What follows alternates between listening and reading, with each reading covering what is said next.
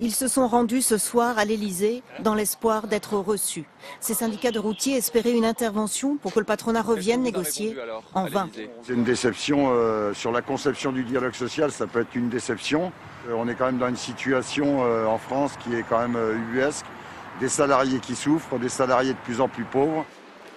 La longue marche des syndicats a commencé dès ce matin.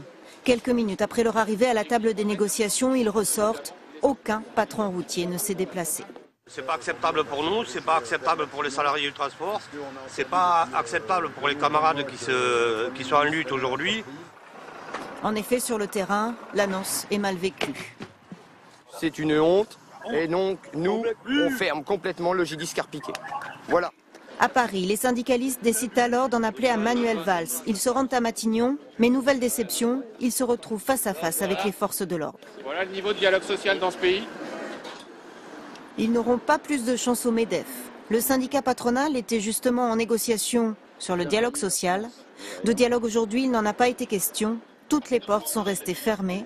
Alors ce soir, ces routiers appellent à la poursuite de la grève. À partir de dimanche soir et de lundi matin, nous passons à une nouvelle phase de l'action avec de nouvelles formes d'action, de nouvelles actions, avec des frappes plus chirurgicales.